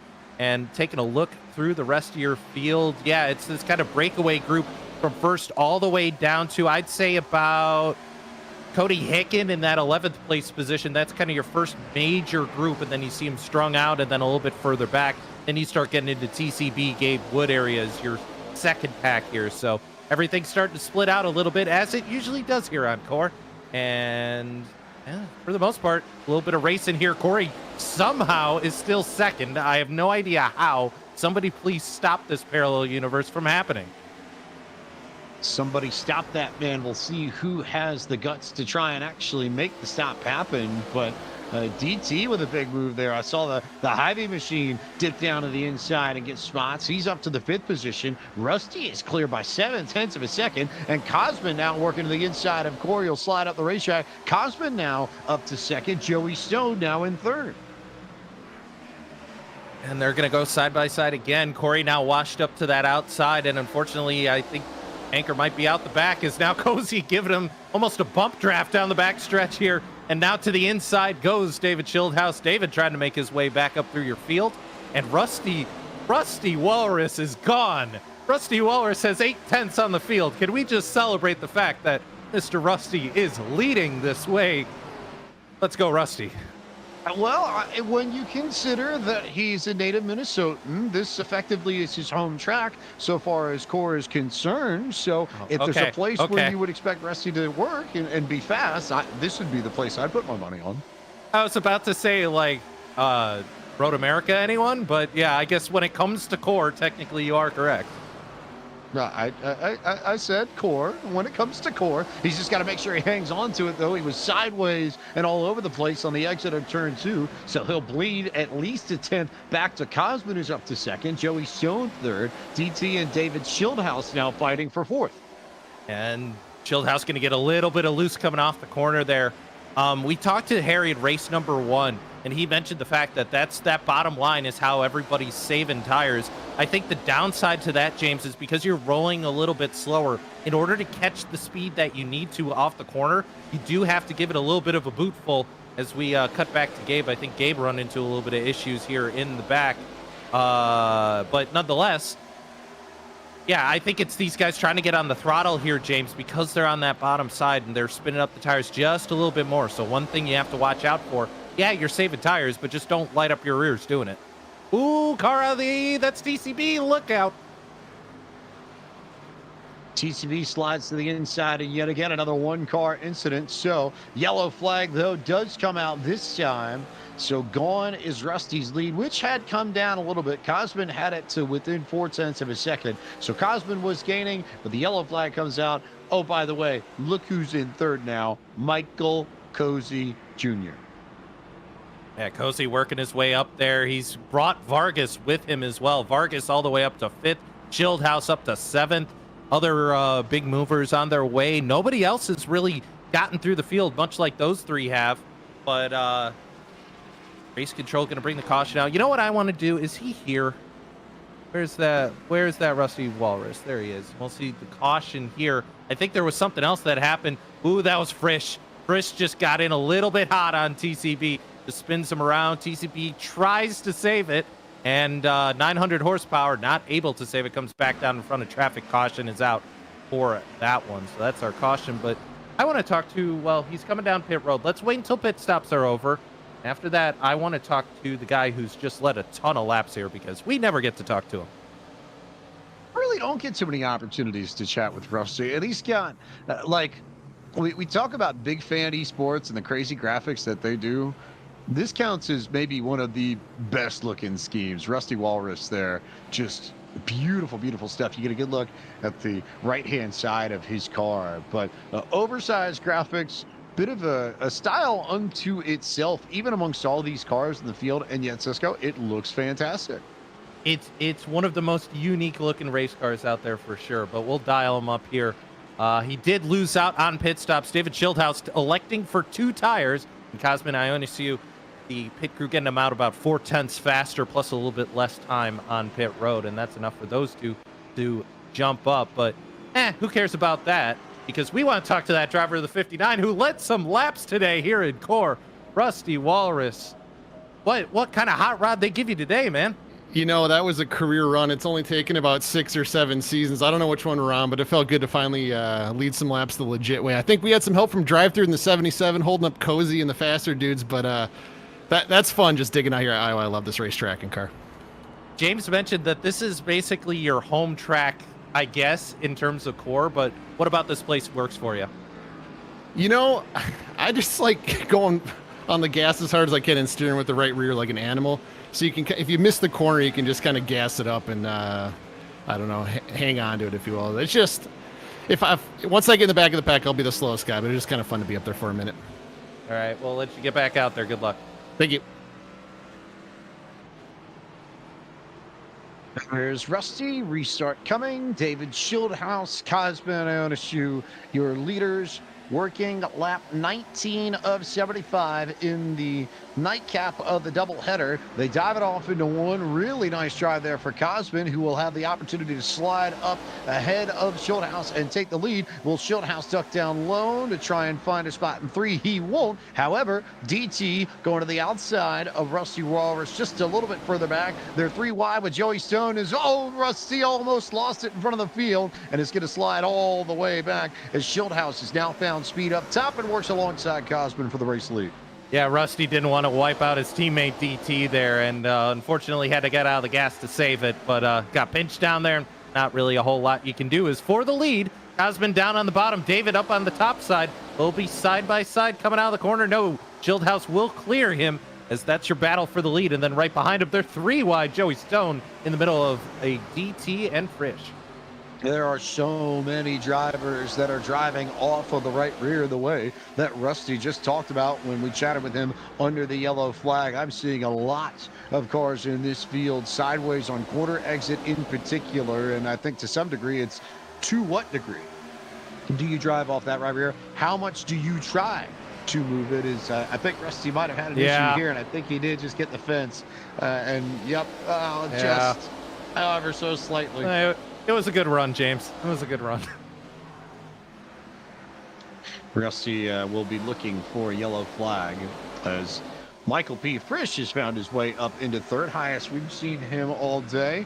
And then you've got Joey Stone and Milad Radman up in 4th and 5th. Milad just took over P4, so he'll work his way towards the front. He's got speed too, he's got pace, and he was right there with the leaders in terms of lap times. Everybody in the top 5 running 23.5s consistently or 4. And they're gonna go side by side for the lead, so I'm gonna put a pin in my thought that I was gonna go to, because still side by side, Cosmin making that bottom side work coming out of the corner. Fortunately, he just can't stay alongside David. They come down the straightaways here, and we'll dive it in once again on that inside, that Rise Chevrolet. trying to make it happen. Once again, though, just doesn't have the corner exit speed to hang with Childhouse.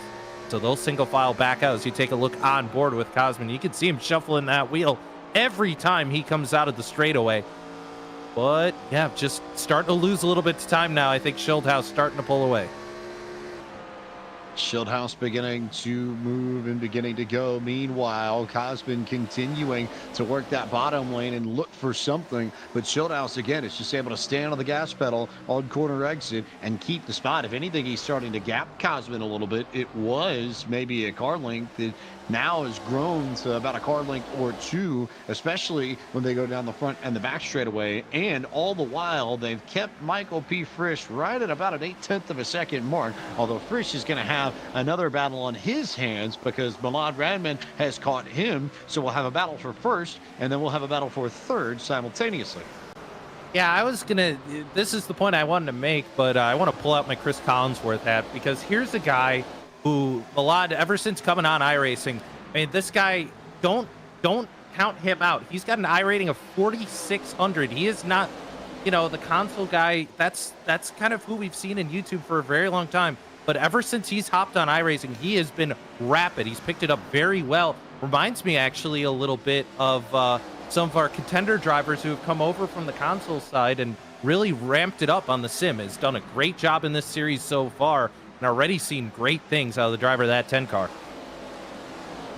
His choice of football club may be questionable, but his skill behind the wheel, absolutely not. Although Sean Butler may have something to say about that battle for the fifth spot. Butler just drove right down to the bottom on corner exit and was able to sneak underneath Milad. Almost caught him off guard, it looked like, from my perspective. But Butler continuing to make this charge up towards the front, and he's bringing Michael Cozy Jr. with him.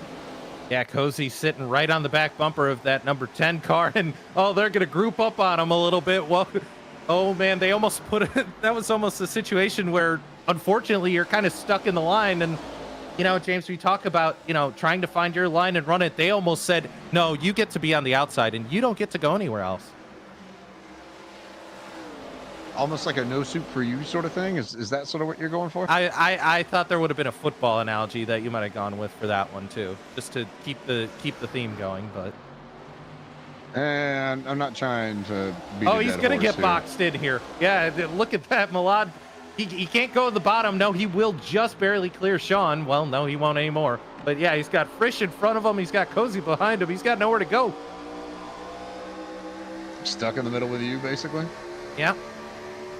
As we look for the onboard. Caught the fence there, I think, just a little bit on corner entry, so that'll allow Sean to get underneath, and I think Cozy's going to have a chance to get down there too. Yeah, they nearly made contact, but able to hold on to it. You haven't missed much up front, by the way. David Schildhouse still holding off Cosman. His Cosman's actually in the wall, and just like that, watch out on the apex, guys. Radman went to go a little bit low. Sean got his quarter panel. They all save it. Back to turn one. So Cosman will slide a little bit further back. That'll give Michael P. Frisch second. And there goes Milad. Milad got turned into the outside wall hard. Yellow flag is out. I think Cosman hooked him. I want to go back and see the replay, but that was big trouble in turn two. That was one of the hardest wrecks we've seen all night long. Yeah, wham, right driver's side into the wall. Thankfully, James, the technology we have in these cars, he'll be all right. Maybe just hopefully his wrists are okay, but other than that, yeah, unfortunately, I think Cosman just got him a little bit. And it was, it was just barely. Yeah. It's there's a difference between intent right hooking somebody and just barely clipping, and that was the just barely clipping variant of it. It was not much, but when you've got these bumps in the middle of the corner, and they're not as pronounced in the middle of the racetrack of 1 and 2 as they are down low, but they're still there, and it's enough to upset the car, slide you up the racetrack, and fine margins are all you need sometimes to create incidents like that. Yeah, unfortunately, and that's gonna spoil all the good luck he had. So commentators curse once again. If y'all don't believe that's real, well, we were talking great about him, and all of a sudden he's dead last. So that's just how it goes. And of course, your collateral damage is Brian LaPrade, winner of race number 1 here at Iowa. He gets spun in that mess, so he'll have to get some repairs done to that Billiard Supply Chevrolet or Toyota tonight. So Milan goes to the bottom of the table, and the rest of the field goes on to pit road to get their stops done. This will put us right at the edge of the fuel window. So we'll keep an eye on where everyone comes out and cycles off of pit road. We'll be back with more coverage of Season 6 of Core, presented by SimRap Market here on FCF.GG.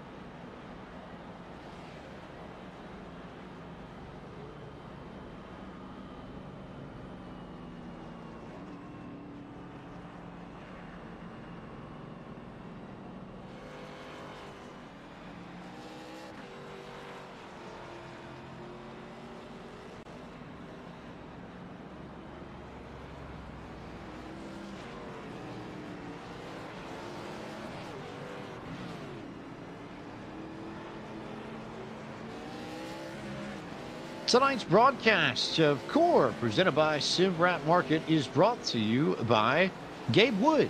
He paid for this. By Brayton Laster. He rocks. By Soundhead Entertainment. By Eric Messer Photography, official photographer of the Core League and of the Madhouse Bowman Gray Stadium. By Shrimp Hub. By thebencrazy.com and SimRap Market. We go back to green flag racing here at Iowa. Not too much longer to go here, just past halfway, and our Nebraska corn is better, but unfortunately we're in Iowa 150. James Pike, Cisco Scaramuza bringing you all of the racing from the virtual Iowa Speedway as David Schildhouse and Michael Cozy Jr. fight door to door. Schildhouse to the front.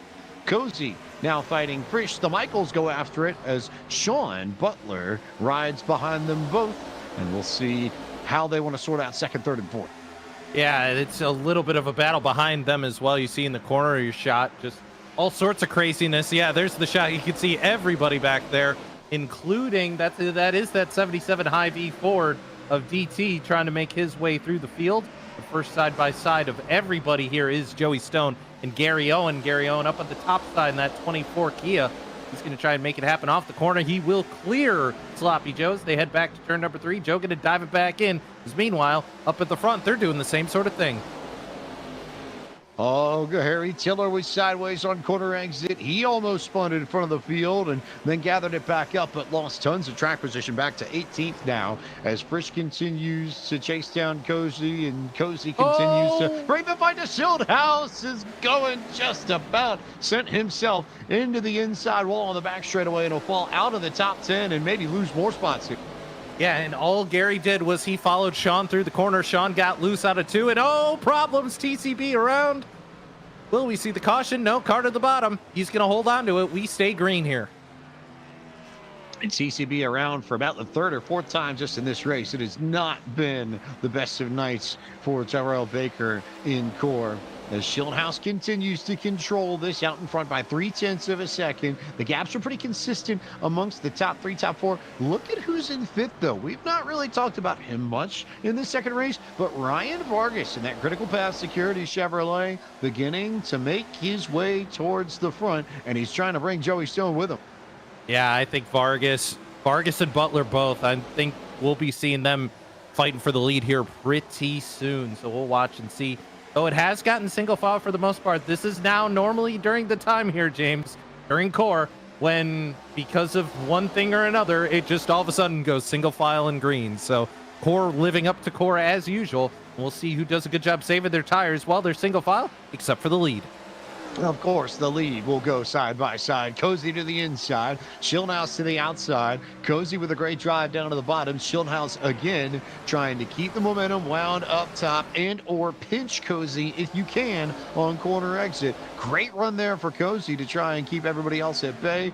But Schildhouse continuing to hang on as best he can. But Cozy with that big drive down to the bottom will try and slide up and clear Schildhouse out of turn 4. Won't do it yet, but he's got a nose ahead. He'll lead at the stripe. Yeah, the Alta Chevy trying to make it happen into 1 here. They'll clear Schildhouse for the moment. Can he slide job up in front of him? No, not quite clear. And they'll continue to race. Now he does finally clear Schildhouse, and that is going to be Michael Cozy officially to the lead as we head back to 3 and 4. New leader, Woodvow 8820 out of Hagerstown, Maryland. Michael Cozy Jr. to the front with 46 laps complete in the second race of our doubleheader. In the Nebraska corn is better, but unfortunately we're in Iowa 150, and now he'll try and stretch it out on Schildhouse. Got a car length in that set of corners. Meanwhile, Michael P. Frisch is beginning to gain on Schildhouse, as is Sean Butler, and we could see a battle of the Michaels for P1 and P2 in the not too distant future. Yeah, starting to turn into a rod car race with both Frisch and Cozy up towards the front of your field. We'll see how it pans out and see if Schildhouse can do anything with him. Meanwhile, move us a little bit further back. Your closest group of 4, Justin Malillo, jump to him. The 53 slideways out of 2. And just like that, they're side by side back here amongst Jonathan Cadell. We haven't talked a whole lot about him tonight, but the 69 car starting to move his way up into the top 10. Yep, Cadell's there. He's bringing Malad Radman with him. Malad trying to drive his way back up to the front. He's got tons of pace, has Radman, all night long. Maybe not necessarily the luck of the track position, but if we were rewarding passing points, I think Malad probably would have the field covered, and by a decent margin as well, as they are still single file 1, 2, 3. You get a good look at Justin Malillo working the wheel yet again. We talked about it earlier, back and forth and back and forth. You're just trying to balance the thing. You can't even really worry about being smooth with it. You just have to make sure you drive it with enough power and save it on corner exit. You saw with that little mini correct there to make sure he didn't lose too much as he goes underneath Gary Owen to try and get the 11th spot, and may well off the corner and then slid, and he'll give it right back. And Justin, much like me, luckily he can leave it all on the racetrack tonight because he's got a 4-day weekend coming up here, so he can wear himself out tonight. And then of course he got Turkey tomorrow to rest up with. But what about the Friday league though? No Friday league for you guys? For us two, no, I don't think. Ah, what a bummer. That's a shame. That's the best part, I think. That's fair, but I do plan on trying to be in a food coma from the end of Thursday night all the way through Friday. So we'll see what we can do. Lots of food on the table for everybody here, I suppose, as Cozy continues to keep Schildhouse in his rearview mirror. That gap has grown. Schildhouse has fallen back to Frisch. Frisch, however, not that much faster than Cozy. That, to me, I think is the most striking thing. Cozy, Frisch, and Butler are all in the same 10th on lap times. Schildhouse and Vargas are a 10th off. Yeah, I mean, the best time out of all of them, and it's very slightly, is Schildhouse over Frisch, and it's only 200ths in it, so they're all pretty much on each other's pace. Looking at the last time lie across the line, Frisch had the faster lap out of the whole group, but again, only by a 100th or so, if that. And Tiller up in the outside wall now, so the one car going to go sliding backwards, and he's going to fall into the clutches of Joey Stone. And Joey's just going to go right by on the inside. Oh, Tiller. Oh, boy. I think those tires are flambéed, sir. If they're flambéed, can we make like a great creme brulee out of them? Make a nice dessert?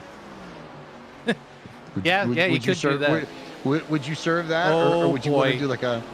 Would you want to do like a flan or like a tres leches cake, maybe? The only thing he's going to be serving is a pancake into the outside wall if he's not careful. Here we go again, 3 and 4. How much longer is Stiller going to be able to hold on to this? I have no idea, but his time is coming if he's not careful. All right, over under how many laps? The way he's driving right now, I think he'll make it to pit road. I just don't know with how much of a car he's going to have left. That's a fair point as he bounces it off of the fence to try and hang on. He is drifting, he is sideways, and he still hasn't come down pit road yet. Knowing Harry, he's just going to keep it out there until the right rear blows off the car. So he is gunning for speed, but unfortunately he is all alone on that tire strategy because his tires are gone. In real life, the sun has gone down and the moon has come up. We still haven't figured out who's going to lead tonight with the cup, though. Briar LaPrade got race 1. Michael Cozy Jr. still in control of race number 2. Tiller still staying on the racetrack. Will this be a yellow, though, if he does spin out? That, to me, is the biggest question, as Michael P. Frisch has finally caught David Schildhouse, and we have a proper battle for second. Yeah, battle for second. Meanwhile, on Tiller, just FYI, he is 22nd, so there is only one car behind him, so probably won't be a caution if he does lose it. But side by side here for second, down to the inside goes Frisch in that 58 car. Purple versus blue as we come out of turn 1 and 2. Frisch going to try and clear Schildhouse, but Schildhouse can have the run out of the corner. Not going to happen. About a dead heat heading into 3. Purple versus blue. I think it was red versus blue. As we say hello to everyone coming from Jordan Worth's stream. Welcome into Core Season 6 here from Iowa. Your usual hosts, well, they're on Thanksgiving break, so you got James and myself, Cisco Scaramuza, up here in the booth, side by side, still for second. Right now, Michael Cozy leads over Frisch and Schildhouse battling there. John currently sitting in the 4th position, Ryan Vargas in 5th. I appreciate that you were so excited to bring in our friends from Bottom Split that you completely forgot to bother with my last name. That's the best part. So I'm just James. I could be James anybody. It could be a lot of fun. I could be a mystery man. Who knows? What I do know, though, is that Michael P. Frisch is beginning to run down Cozy even. And last time by, there was only a 10th between them, but that was because Frisch was making the pass on Schildhouse. So as they come across the stripe now, let's see what the lap times look like and see where Cozy is in relation to Frisch. Frisch up almost a full 10th. I think 7/100ths of a second, 24.3 to a 24.2. So Frisch is closing. Frisch is closing, but is he going to have enough tire to actually make a pass? He's going to have 13 laps at the line to make it happen. Cozy right now, he's got it in cruise control. I mean, you could give up that time, James, but we've seen how hard it is to pass here. And with the tires going away, 28 laps right now on these tires. So not as much that you could battle.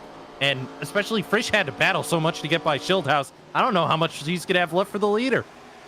It's a good question. The other good thing for Michael Cozy Jr. is that there is no lap traffic in sight, and they likely won't catch TCB before we get the checkered flag if this goes green. TCB well out in front of your leaders. So this is heads up between these two for the win in the second race of our doubleheader. Again, Frisch right there. Cozy actually was faster by 100th at the stripe. So maybe we are seeing the tires begin to fall off. And that's why Michael P. Frisch has chosen a different lane down to the bottom. He goes to try and make up time on Cozy through 3 and 4.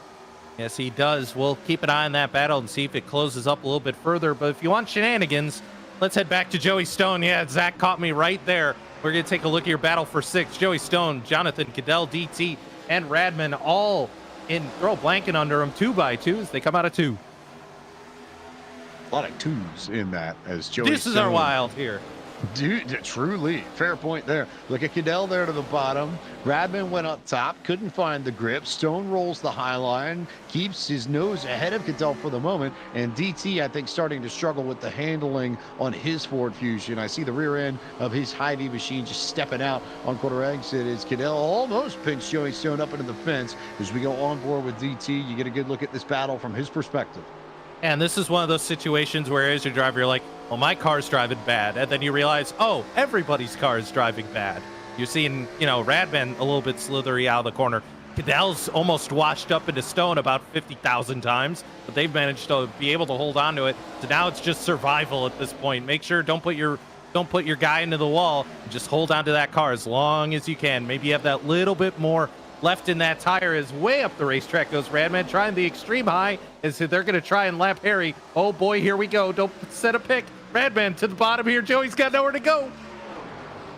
Joey just about ran Harry Tiller over. Tiller stuffs himself on the fence to get out of the way, and Milan may get 2 for 1 down the backstretch. Cadell's going to clear Stone, so move Cadell up to 6, but Radman might get the spot from all of them, and after being stuck on the back end of the top 10, Milan Radman now almost clear Cadell, but if he can get the pass, it'll be right on the edge of the top 5. Yeah, DT tried to point and shoot to the bottom, did not have the run out of the corner to do so, so Cadell going to hold on. Radman as well going to be able to hold on himself and back it up right in front of Joey. So Joey's going to have to try the bottom side, but that's where DT will go. As Radman slides up, they're going to try and make it 3 once again out of 4. They go 3 again. Meanwhile, battle for the lead is starting to tighten up. DT slides. Joey will have the spot at the stripe. That would be 8 if he can complete this pass. DT trying to run the middle of the racetrack and find a little bit more speed, but Stone is going to complete the pass. So Joey Stone to 8th. DT back to 9th. Meanwhile, back at the front, really, really good stuff now between Cozy and Frisch because they've caught lap traffic way quicker than even I expected. And now 6 laps to go. Here comes Frisch as the Michaels begin to duel for the lead and for the race win. Yeah, I think Cozy put the brakes on Frisch going into 1 to kill off any battle or any pass attempt that Frisch was going to try. Just like that, Frisch now to the bottom side of Cozy. He'll be side off the corner, but Cozy can have the run off. So with 4 to go here at the line, what does Frisch have left in the tank? Frisch is going to try and work the middle. I thought he might go a little bit higher. Instead, he'll duck down low on corner exit. He had been making up time running the line that Cozy hadn't. That stuck out to me. So we'll see whether or not Frisch decides to go a little bit higher. They actually run largely the same line, and I'm not sure if that's going to do much for Frisch. I think he's going to have to try something else, but you can see the rear end step out. He's leaning on that right rear. He's losing grip. Maybe, just maybe, we've finally seen the tires equalize and fall off on Frisch. Yeah, unfortunately, James, this is a situation where I think they're running the same line because that's all the car wants to do, but Cozy is going to force it down to the bottom in 3 and 4. We'll see how much time either of them gain on each other. It stagnates for the most part, 3.8 at the line. I just don't know if Frisch has enough time. Going to take a big mistake now for Cozy to give this one away. Frisch is going to have a few more shots to try and sneak this one out, but Michael Cozy Jr. has controlled this race in the second half. He'll come off a turn 4 with 1 lap to go to victory lane at Iowa. Harry Tiller trying to bring out the yellow, but it ain't going to happen. White flag in the arms of Barney, and Cozy right now looks far enough away. He's gained another a tenth or so on Frisch. It's up to 0.5. He looks to be in the clear. It was a 62 to a 76 at the line the last time by. That's all the gap that Michael Cozy Jr. needs for the man for Altus Esports to roll away, slide it sideways on corner exit, and come across the line to win the second race of the doubleheader here at Iowa. Michael Cozy Jr., winner of race 2 in round 2 in season 6 of Core. And the Nebraska corn is better, but unfortunately we're in Iowa 150. Yeah, and I think everyone's a little bit gassed after that. Not quite as much carnage as we saw at the end of the first race, I think. Well, I say that. Garrett Smithley is currently on his roof right now, so they are wrecking them all into turn 1. But here comes Michael Cozy Jr. Do some celebratory burnouts here and some donuts as you work. What kind of donuts, James? I think the kind that your shirt might have had. Maybe some Krispy Kreme? Yeah. There's another company, and it's a 6-letter word that I am under contractual obligations and birthright obligations to not actually speak by name on this broadcast. So glad that you brought the attention to the other one, as Michael Cozy Jr. will park it on the front straightaway, and he will celebrate victory tonight at Iowa. Good points tonight for him as well. As this was the clean race. We always talk about it. Core has one caution-filled race and one clean race. This one, once it got going, really took off. The final 40 laps all run under green flag conditions. And Michael Cozy Jr., the top driver here, ahead of Michael P. Frisch and David Shieldhouse. Sean Butler and Ryan Vargas completed the top 5. Milad Radman got all the way back up to 6th after that incident with Cosman. Jonathan Cadell was 7th. Joey Stone was fighting with a lot of people towards the back half of the top 10. He comes home 8th. Davin Cornelius finishes 9th. Gary Owen battles back to 10th. Gabe Wood and Wes Graham 11th and 12th. Yeah, then 13th going to go to Keenan Kusen survives. Unfortunately, still stuck in the second page of the standings. Garrett Smithley, 14th. Cody Hicken, 15th. Fly Guy, Tyrone Reed, going to be 16th. 17th to Corey Vervinkt. 18th is going to be Case Kalmbach. TCB, Tyrell Baker finishes 19th. Justin Malillo slides his way to 20th. Rusty, unfortunately, led some laps early. He's going to finish 21st. Cosman going to finish 2nd. 23rd is going to go to Harry Tiller. Briar LaPrade, unfortunately, taking on that early accident, going to bring it home 24th. And we are hoping Briar does feel a little bit still tweaked his back today. But we will take a look at what happened to Rusty as Rusty went sliding across the line. Was this producer Zach that was coming to the white? So unfortunately, Rusty did his best Mark Martin impression. It's one lap early. You can't be doing that now. Yeah, trouble there, and just lost it. I almost wonder if he saw Vargas driving up the racetrack on corner exit, and if that may have spooked him for whatever reason. Not sure, but Rusty ends up down on the inside of the racetrack and loses all that track position. The winner, though, the man who comes away with it all, Michael Cozy Jr. with Cisco. Yeah, caught up with Michael Cozy Jr. I was going to grab the second place finisher as well. You all were in a chat together. So tell me a little bit, what was that Discord call like there coming up on the beginning of that final restart? Silence. And then it was silence for the next like 25, 30 laps or whatever we did. We were sweating very hard there. It was a really good battle. David was up there too. And I like it was really hard to pass here, which, you know, is kind of the Iowa special, but with the Gen 4 car, it's just, man, it's really tough to get the rear end up underneath of you and keep the rear tires not on fire. So it took about all I had to get by David, and then by the time, as soon as I got by David, my rear tires were just on fire. I went into every corner, I was sliding, I was drifting off the corners, but first had a little bit more driving to do to get up to me, but yeah, it's tough to keep him behind. I knew he had a little bit more tire, but yeah, again, it's just track position, and honestly, he like scared me. We were going down there into turn 1 really hard. He drove really close up my rear end, and just sent it in there, and I was like, I tried that in the 3 and 4, and I picked up like a whole 10th, so I just drove it like that the whole rest of like 4 or 5 laps. That thing was flying. So yeah, that was a lot of fun, man. Yeah, you definitely sound out of breath. How much were you working away at the wheel there? Yeah, all of it. I mean, I can't think of any other oval car that really makes you hustle as much, I guess, other than probably the 1987 car. I mean, they took the horsepower out of all the other fun cars, so it's definitely you know, change of pace. It's a lot of fun. I like turning right at an oval. It's a lot of fun. Well, hey man, first win on the season. Probably expecting to talk to you a little bit more. Well, Jacob and Caleb will be once they're actually back. But for those of you unfamiliar with you, where can they find you, and where can they learn more about you and your exploits all over the world of iRacing? Yeah, you can catch me live at Wood Valley 820 on Twitch, streaming tonight's events and all kinds of other oval stuff. And same Wood Valley 820 on YouTube as well, doing all kinds of PS2 NASCAR, really NASCAR gameplay and some Formula 1. I appreciate you guys for broadcasting, DT and everybody at the Ben and all the folks at Decor for putting this on, and all the drivers for racing, man. It's a pleasure racing everybody tonight. It's a lot of fun. We'll see you guys next week. All right, Cozy. Well, take care, and congrats on the win there, bud. That's Michael Cozy Jr., your winner here from Iowa. And James, I'm out of breath and need some water, so why don't you talk to David here for me? Let's indeed talk to David Shieldhouse, who comes away 3rd this evening. David, felt like the long run pace would have been there, but this is not a long run series. And if we had maybe 100 laps or so, or 125, it might have been a different outcome. But from where you sit, you look at the way this night panned out. How do you assess it? What do you take away from it? It was better than Daytona. Let's just start there, James. It was better than Daytona. An 8th and a 3rd are really good, and I was just telling my chat, like finishing third to Michael Cozy Jr., a dominant Core Series driver, short track ace, Coke Series driver, an all around incredible sim racer, and then to Michael P. Frisch, who's on his way to the Coke Series, Core Series champion, even though it was a summer series and has an asterisk next to it. It's not a real one.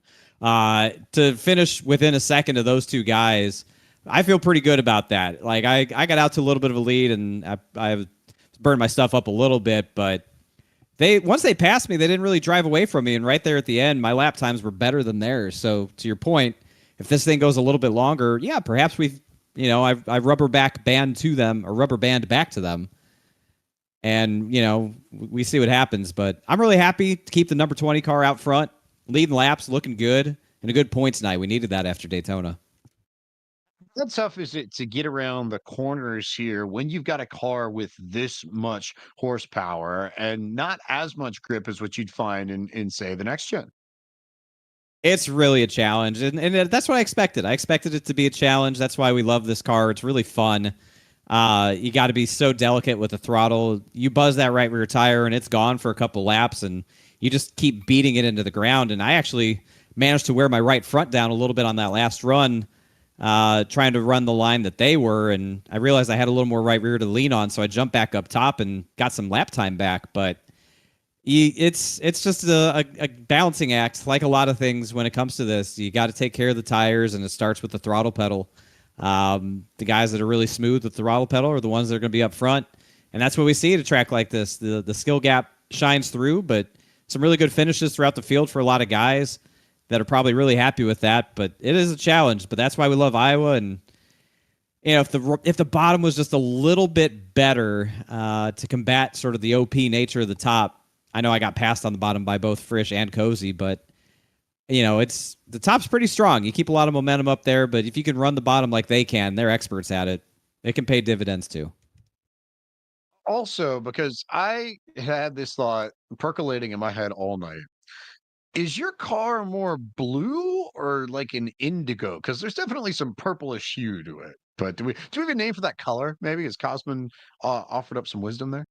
Yeah, it's the official blue of Splash and Go Graphics. I don't think it's an indigo. It's certainly not marigold. We know that, but it's. Anyone have a Crayola box? It's a beautiful color. I think we can just all agree. I guess we're in Iowa. Is it cornflower, David? Perhaps? Thank you, Cisco. Yeah, you're welcome. Thank you. It's a beautiful car. Let's just say that. It's a beautiful color. I love it, and I'm glad that I can take it and run it up front. So thank you to Cosman for painting up my car and so many other beautiful cars you see here tonight. But it's just a damn sexy blue, James. Let's just call it what it is. It is indeed a sexy blue, and you are also unofficially up to 7th in points leaving Iowa. So I know you'll take that too, David. Thanks as always, and congratulations on P3. Thanks very much, boys. Y'all have a wonderful Thanksgiving. Be safe, eat well, enjoy the company, and we will see you for next week's event. David Schildhouse finishes third. We have points, and then points. I know they have been updated, so we'll see if we can't get a look at the point standings leaving Iowa. There they are, right on cue. Michael P. Frisch jumps up to the top spot in the standings, and Cozy comes there in second. Butler, how about Gary Owen with the win at Daytona, still riding up? Not too many major surprises, I think, beyond that, but it's still early in the season. We've got a lot more racing. And hey, Cisco, you were in the booth tonight. You're still in the top 25 in points. So do you get like points for? Is there some sort of like top 25 payout clause at the end for you? No, but I was going to say that's the major surprise is I'm actually still on the points table this season. So there you have it. I don't know how long that's going to last, but nonetheless, we do want to thank everybody behind the scenes for letting us take over for Caleb and Jacob. They will be with you next week. I think Jacob's actually producing next week. So that gets a little bit of a break finally. He was grumpy, our producer. So give him some love. Give FTF_GG some love here on Twitch. If you haven't followed it already, if you haven't subscribed, what are you doing? Go subscribe. But we want to thank everybody behind the scenes for letting us do our thing up here in the booth tonight. Definitely. Yeah, absolutely follow FTF.GG's Twitch channel at twitch.tv/FTF_GG. And then YouTube as well. And then not too much to watch on FTF.GG in the next week. Sadly for us, not a lot of racing over the Thanksgiving holiday here in the States. But the next time we'll be back on air next Wednesday night, 9 p.m., same time, same place, round 3 of season 6 of Gore comes your way. It's the Back to the Future 200 at Auto Club Speedway. So that sort of multi-groove racing that we saw tonight at Iowa Cisco, we're going to see at Auto Club, just with a lot more speed and a track that's one of the best ovals, if not maybe the very best oval on the sim. I love racing there. I know the drivers in Core love going to Auto Club too. Yeah, I think I'm counting that on my schedule as one of the tracks I may not be DFL. So we're gonna try. The 85 should be back out for that race, and we'll see what we can do come Fontana. But still, lots of racing left to go here in Core Season 6, and you can catch every race of Core Season 6 here on FTF_GG. Still plenty of racing action left to go this season. It'll take us all the way into February. I've had a lot of fun being in the booth with you. God knows the last time we were together in a booth. I truly cannot remember. A long time ago in a galaxy far, far away. I believe. Far, far away. Yeah, no, that's a fair point. But yes, been a lot of fun with you, Cisco. Been a lot of fun watching these drivers. And a big thanks to all the partners that help make this series possible. Gabe Wood, Brayton Laster, Soundhead Entertainment, Eric Messer Photography, Shrimp Hub, where you can buy the official Core Season 6 shirts.